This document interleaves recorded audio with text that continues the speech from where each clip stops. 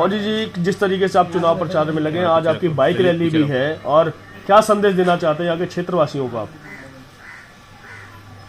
मैं अपने बदरपुर क्षेत्रवासियों को ये संदेश देना चाहता हूँ कि भाइयों बहनों और मेरे बुजुर्गों, मैं आपका बेटा ब्रिजपाल फौजी, गरीब किसान का बेटा, आपके हर दुख सुख में साथी हूँ। आपके जितने भी इन्होंने अधूरे काम छोड़ रखे हैं, आपकी पेंशन, वृद्धा पेंशन और सड़कें टूटी हुई हैं, जो काम नहीं हो रहे, गंदा पानी आ रहा है और अधूरे काम, भ्रष्टाचार फैला हुआ है, सभी कार्य आपका ये बेटा करेगा।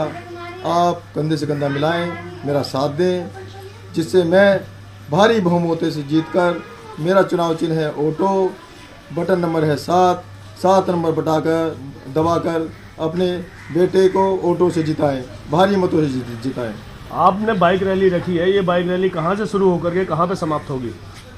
आज मेरी बाइक रैली गौतमपुरी से शुरुआत होगी। गौतमपुरी से शुरुआत होकर के बदरपुर और अपने सभी वार्डों को कवर करती हुई वापस गौतमपुरी में ही खत्म हो जाएगी। रूट क्या रहेगा? कितने लोग? रूट हमारा मेन रोड जो हमारे बड़ी सड़कें हैं, जेतपुर, मीठापुर और अपना आगे गड्ढा कॉलोनी वगैरह। ये फौजी साहब है, अच्छी खासी आपने फौज से रिटायर हैं, कहीं भी कोटे से नौकरी मिल जाती है, सरकारी नौकरी करते, कहाँ राजनीति में आ गए? मैं राजनीति में मेरा आने का कारण यही है कि देश में जनता का कार्य हो नहीं रहा है, देश में भ्रष्टाचार फैल रहा है। इस भ्रष्टाचार को ख़त्म करने के लिए एक ईमानदार प्रत्याशी की जरूरत है, जो कि आपका ब्रिजपाल फौजी आपके समक्ष खड़ा है मेरे को विरोधियों के बीच। अगर सारे फौजी भाई इलेक्शन नहीं लड़ने लग जाएंगे तो सरहद की सुरक्षा कौन करेगा? सरहद की सुरक्षा मैंने पहले ही कर ली है। 15 साल अपने भारतीय फौज की, अपने समाज, अपने देश की सेवा की है, और अब मैं अपने क्षेत्र की सेवा करना चाहता हूं। जो भ्रष्टाचार फैला है और जो गंदगी कीचड़ नेताओं ने फैला रखी है, उसको अपने समेटना चाहता हूं, उसको सफाई करना चाहता हूं। गौतमपुरी की अगर हम बात करें तो गौतमपुरी में बहुत सारी समस्याएं, चाहे वो नाली हो, सड़क हो, पानी हो, आज तक इतने वर्ष होने के बाद भी इसका सुधार नहीं हो पाया।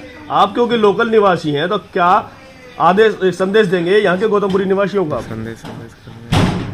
आपने जो पूछा है वो एकदम सही है। इसका कि मैं ज़्यादा शब्दों में ना कहते हुए मैं इतना ही कहूँगा कि गौतमपुरी या बदरपुर में या जेतपुर या मीठापुर में जितने भी कार्य रुके हुए हैं, गड्ढे, सड़कें, नालियाँ, गंदगी, बिलबिला रहते हुए कीड़े, उनमें ये भ्रष्टाचार का एक मुख्य कारण है।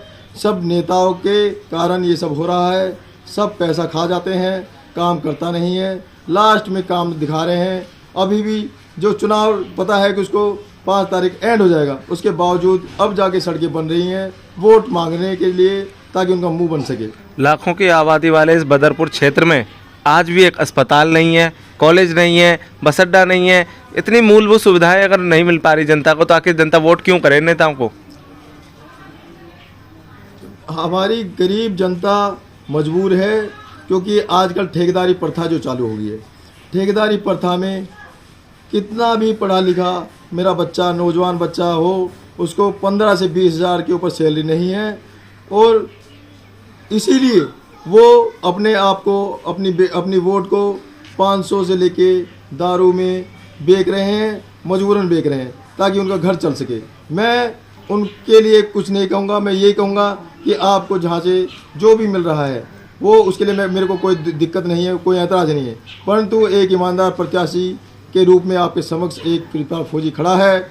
आपसे अनुरोध करता हूं कि आप ईमानदार कैंडिडेट को जिताएं, मेरा साथ दें। लेकिन फौजी साहब, बदरपुर में खानदानी दबदबे वाले लोग जो हैं वो चुनाव लड़ रहे हैं, तो धन से सब किसी इतने मजबूत हैं, एक बाहुबली टाइप के लोग हैं, उनको कैसे टक्कर दे पाएंगे? उनको टक्कर मैं नहीं दूंगा, उनको टक्कर मेरी बदरपुर की जनता देगी, मुझे भारी मतों से जिताकर। जनता आपको वोट क्यों करे? जनता वोट मुझे इसलिए करेगी क्योंकि एक ईमानदार प्रत्याशी चाहिए, तो जनता मुझे वोट जरूर करेगी। नारे समाजवादी पार्टी जिंदाबाद, समाजवादी पार्टी, भारतीय संपूर्ण मेरी पार्टी है, भारतीय संपूर्ण क्रांतिकारी पार्टी, भारतीय संपूर्ण क्रांतिकारी पार्टी, जिसके मेरे राष्ट्रीय अध्यक्ष हैं फौजी भाई की जय। ठाकुर भदौरिया जी, फौजी भाई संघर्ष करो, हम तुम्हारे साथ हैं। ठाकुर जोगिंदर, हम तुम्हारे साथ हैं। फौजी भाई संघर्ष करो, हम तुम्हारे साथ हैं। फौजी भाई संघर्ष करो, हम तुम्हारे साथ हैं। फौजी भाई संघर्ष करो, हम तुम्हारे साथ हैं।